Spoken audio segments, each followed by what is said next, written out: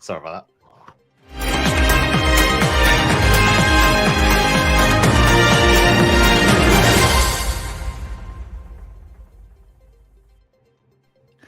Well, good morning and welcome to the news and views from the EV Café. 30 minutes of what's happening in sustainable transport with expert analysis from the EV Café crew.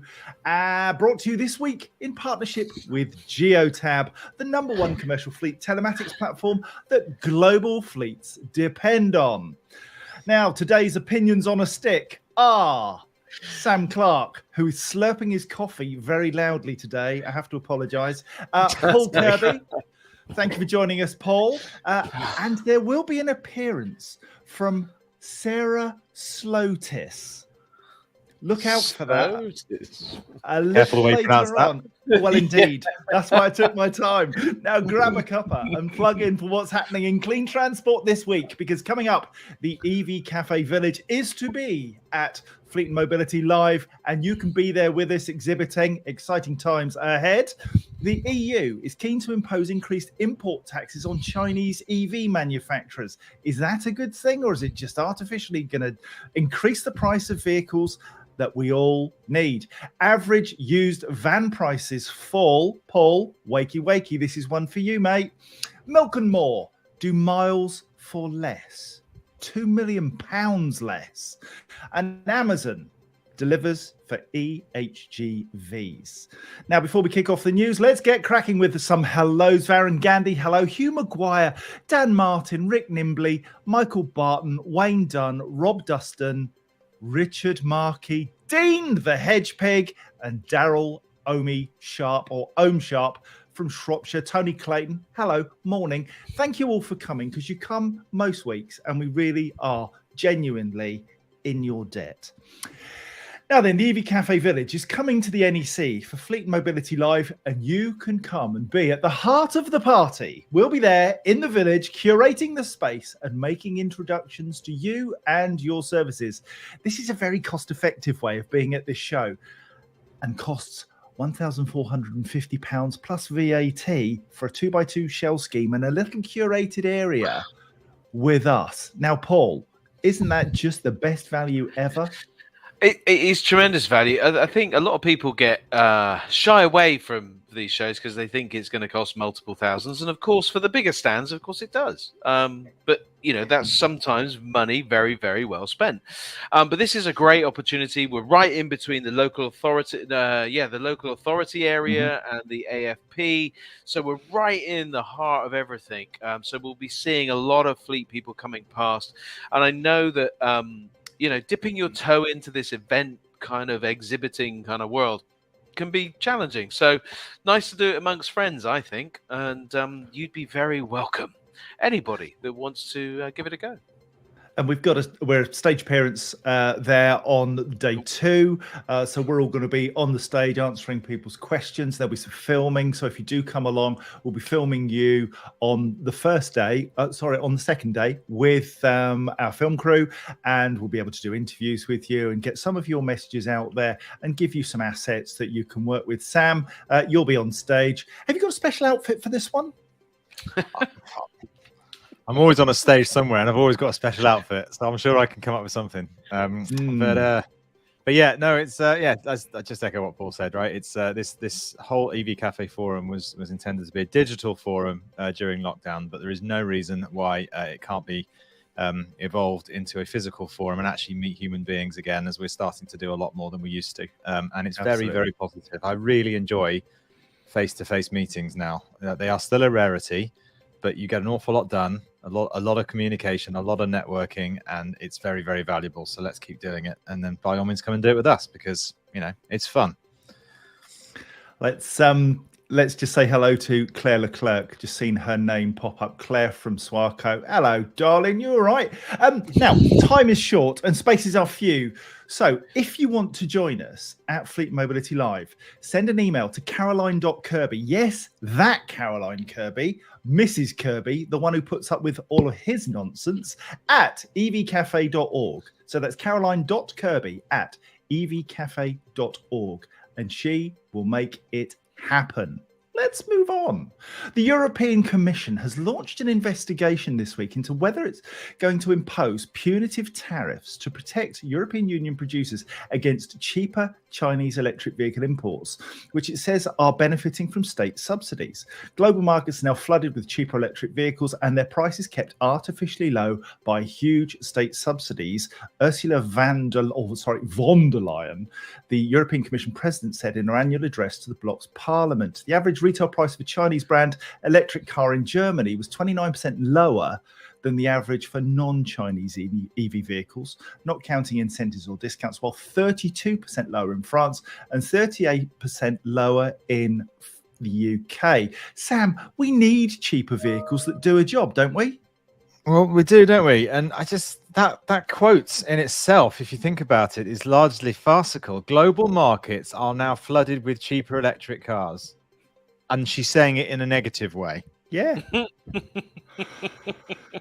I don't, I'm struggling. I do struggle. I get some of the economic logic, of course, of heavily subsidized Chinese vehicles. I think for me, a lot what isn't mentioned or referenced is the transport of getting these vehicles from China to these parts of the world. So if there is going to be some sort of levy imposed, then should it not be based on the amount of distance it takes to get the vehicles to us and the emissions that is created in the process? So maybe these vehicles remain cheaper, but they have a tax attributed to the emissions created to get them here, and that would benefit the European market on the grounds they haven't got to travel as far, and indeed encourage local factories to build local stuff, which hopefully will help the local economy.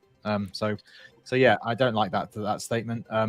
Global markets are now flooded with cheaper electric cars. What a load of nonsense! That's absolutely brilliant. Let's keep doing it.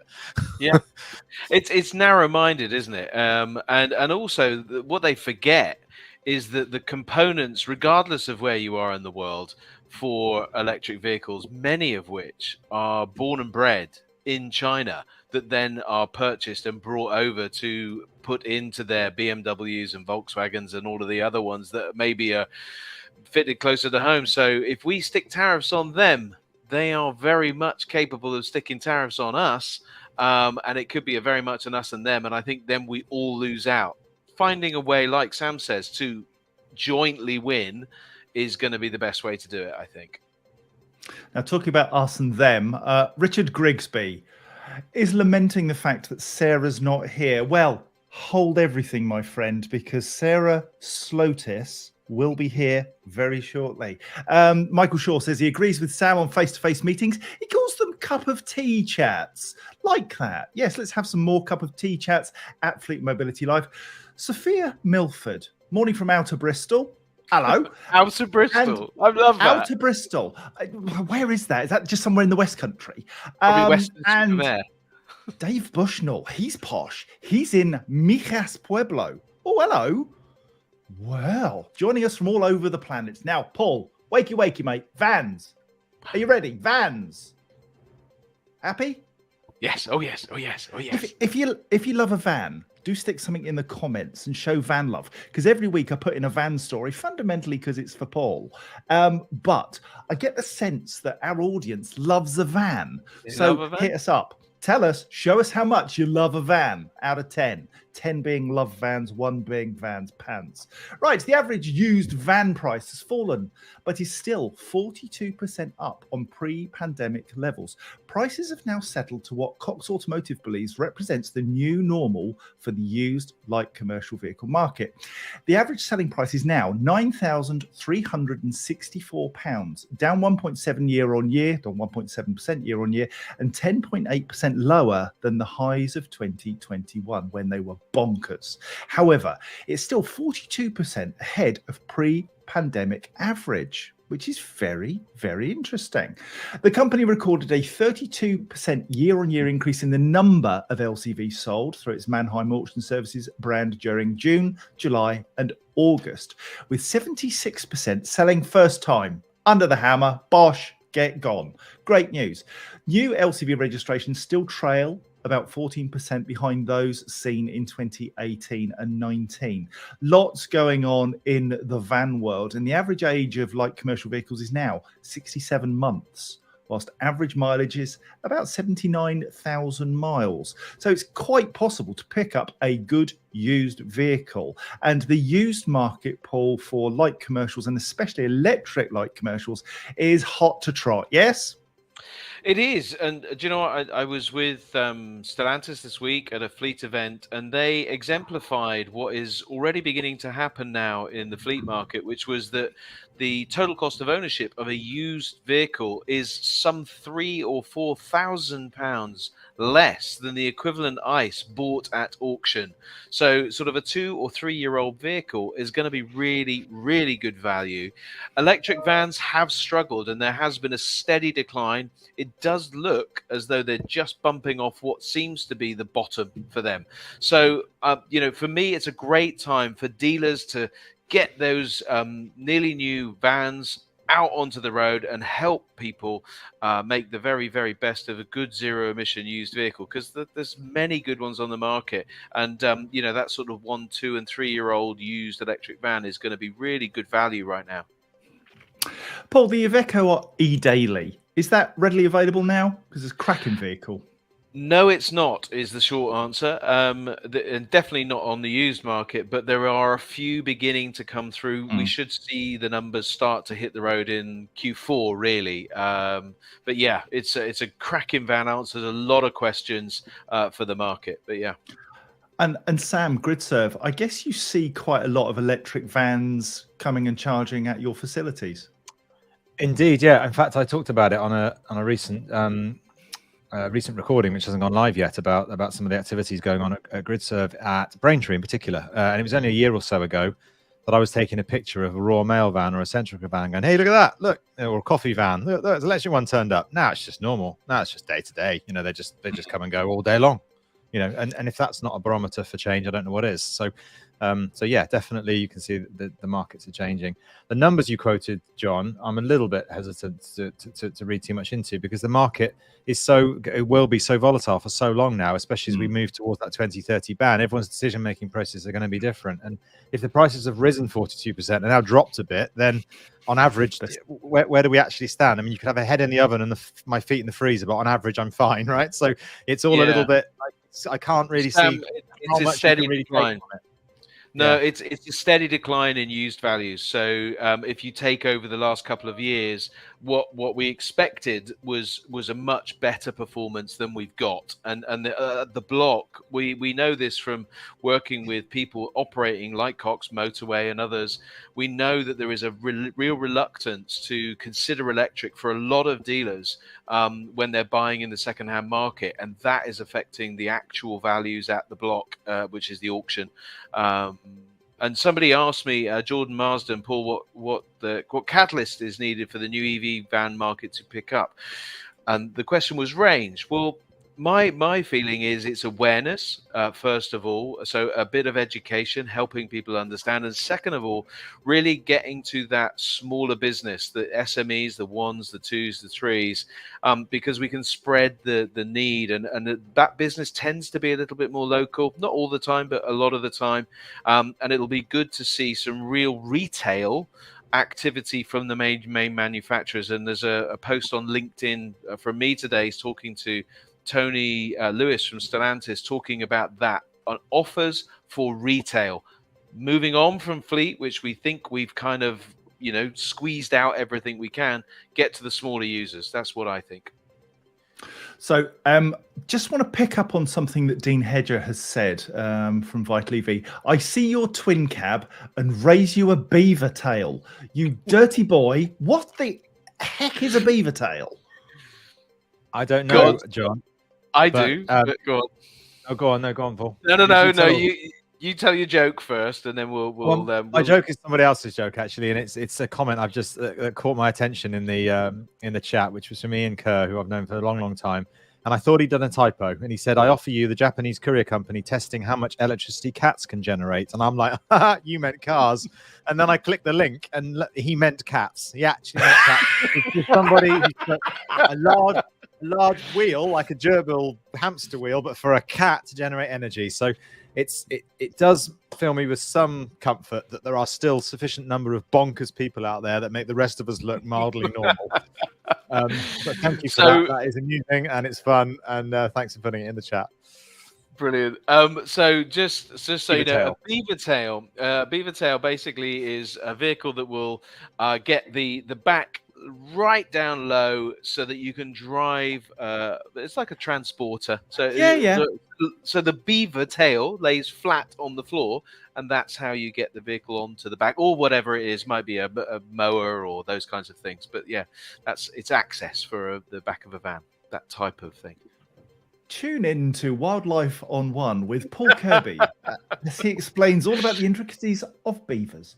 Now then, Sarah Sloman has... BBC too, I think. Let's move on.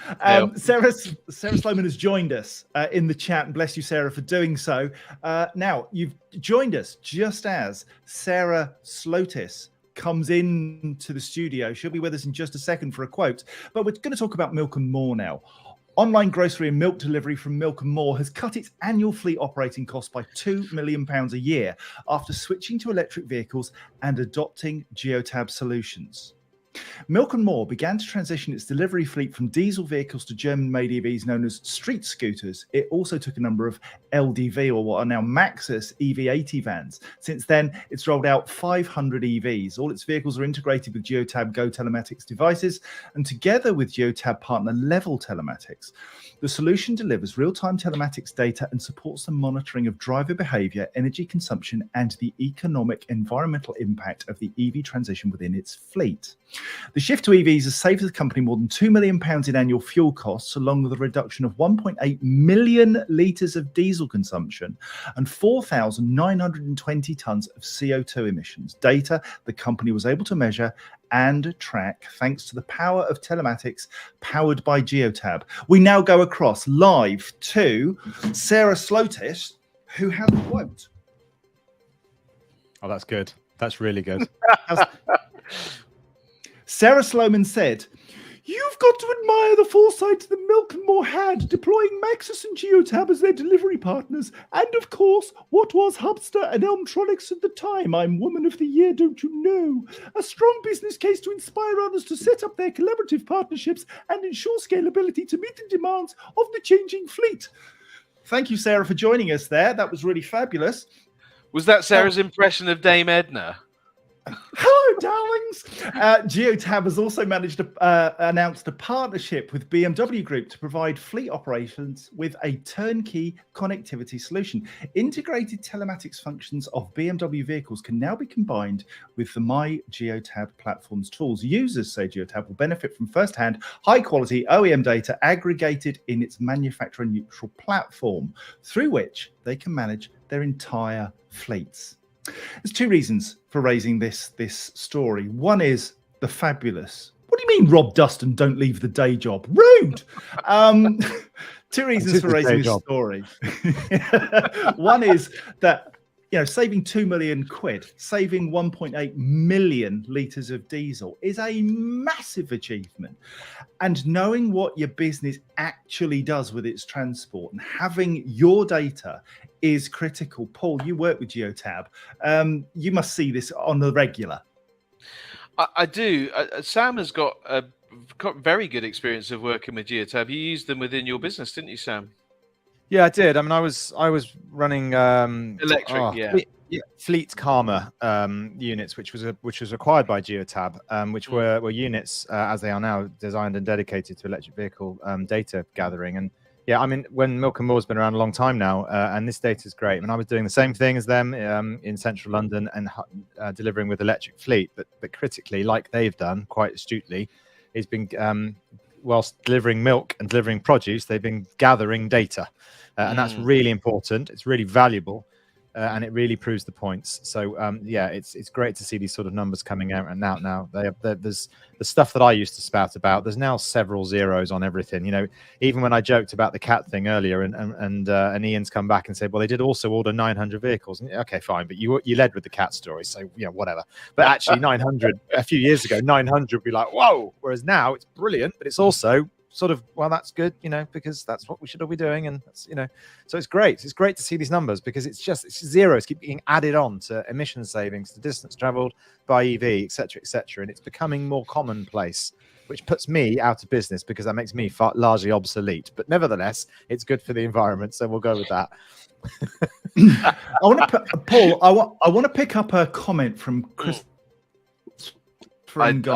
He joins us most weeks, and I'm really grateful for your comments, Christopher, because you push back and you say, well, hang on a second, what about petrol, diesel? Let's read your message. Ian Pearson, I think the market speaks that EVs cannot compete with petrol or diesel vans. Yes, otherwise people would have switched earlier. Is that right, Paul? Or is it just this is part of a transition and it could never happen overnight? There's a replacement cycle that happens, and in time, more businesses are doing this. So you hit the nail on the head, John. It's a transition. We've got to get started. So the ZEV mandate gives us, ZEV mandate is zero emission vehicle mandate, gives us a really good guidance around this. 10% of vans next year need to be electric. So Stellantis are already at 11%. Ford might have a bit of a challenge. They're currently sitting around 3 or 4%. But the market generally is moving towards this 10% of all vans being electric in order for us to hit some of our goals later on down the road. And that's the critical bit. If you were to try and change it all tomorrow, whilst cars is generally easy, we all take responsibility for ourselves. The van market is a different sector, and we can't do it all. And Chris is right, or Christopher is right, that there are some challenges where petrol, or it's all diesel actually in the vast majority, will be the right solution, and electric is moving into it. But there are still some problems that can't be solved yet today with electric.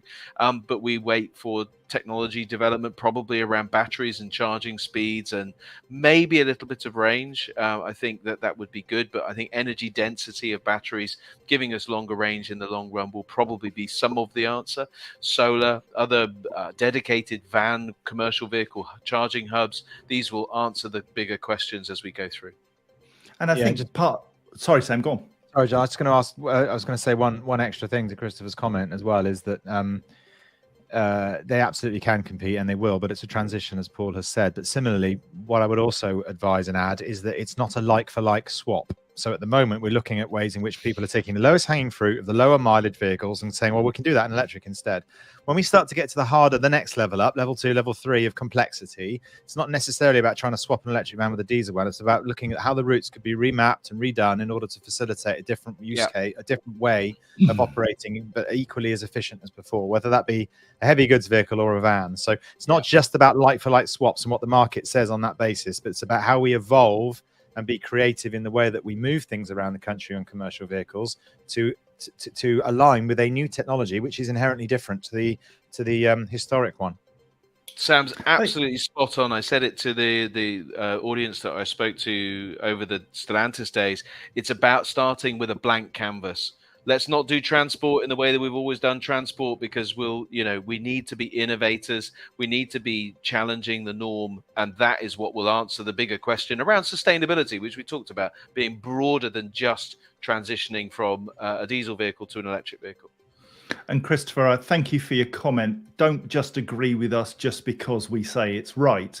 Challenge us, push back. The only way we will break down the myths and the rubbish that's out there is by having people come to us and say, look, this is what I believe, and we can help to find the evidence that suggests to the contrary. We are part of the solution if we choose to be. So thanks for that. Really appreciate it. Now then, final story. Amazon has published a new open source technology to help identify where charging points for electric heavy goods vehicles should be built.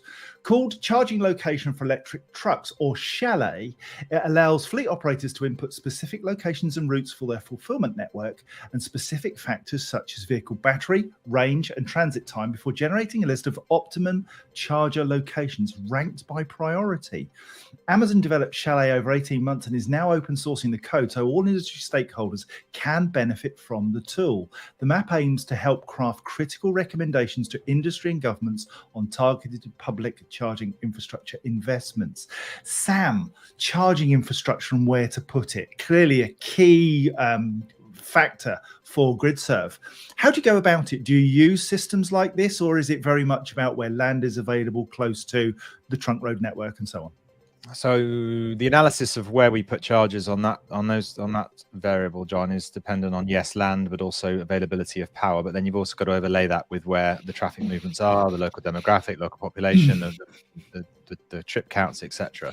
But no, this sort of plays back to my previous point, really, in a way, for me. That it's great Amazon doing it, and it's great that they're doing it open source, so everyone else can learn from it. People like Volvo Trucks, for example, will do a due diligence process in order to sell a vehicle.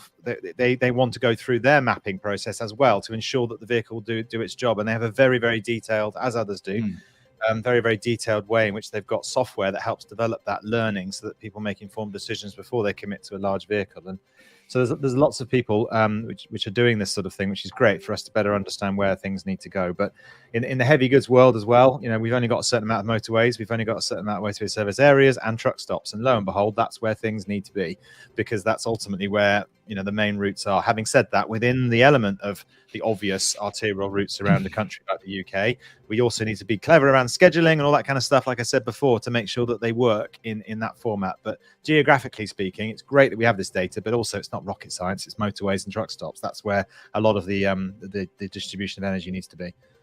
Paul, let's just pick up a comment quickly before we finish. Jordan Marsden says, off topic, what's the team's thoughts on the Ionity and Village Hotel announcement of placing ultra rapid chargers at hotels?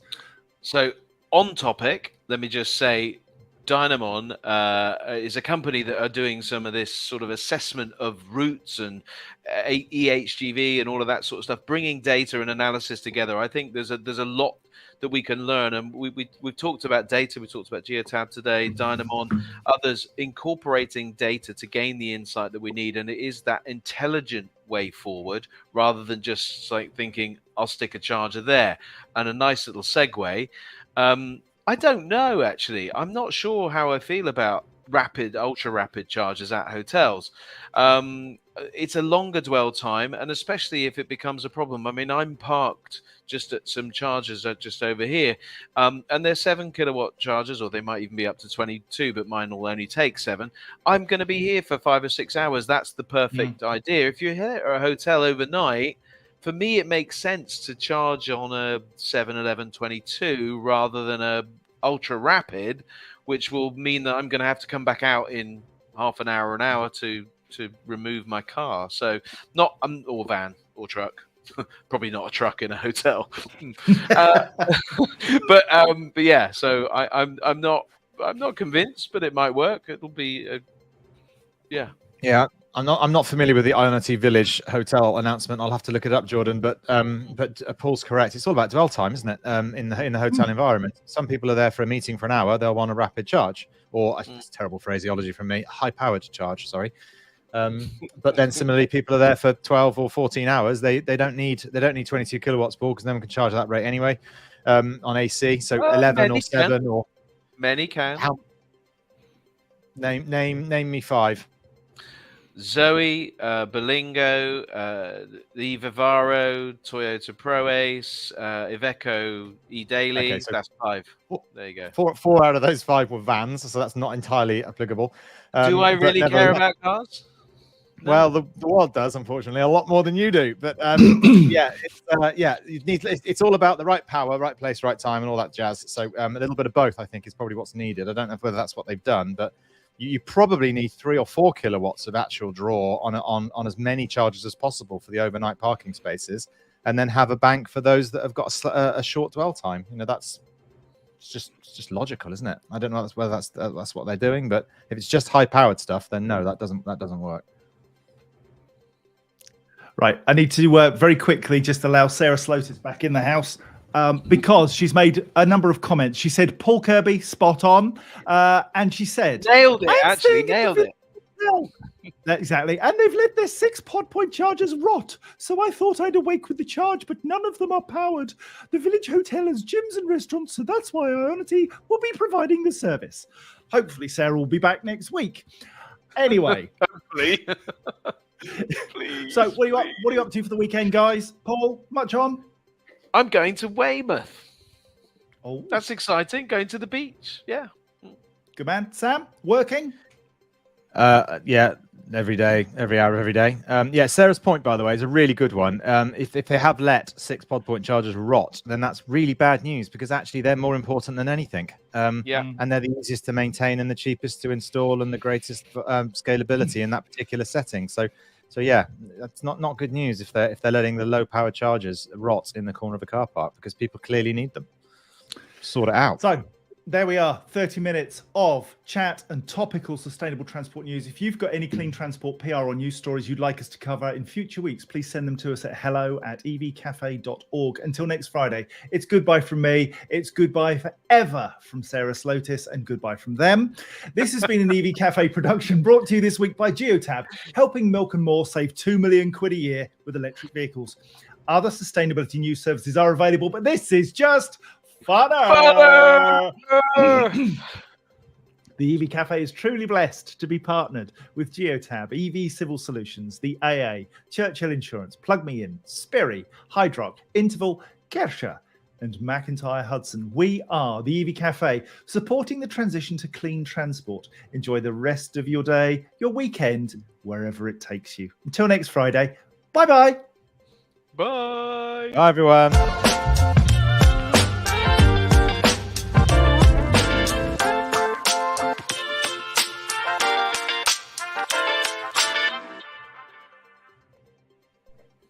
Well, that was funner. And there was loads of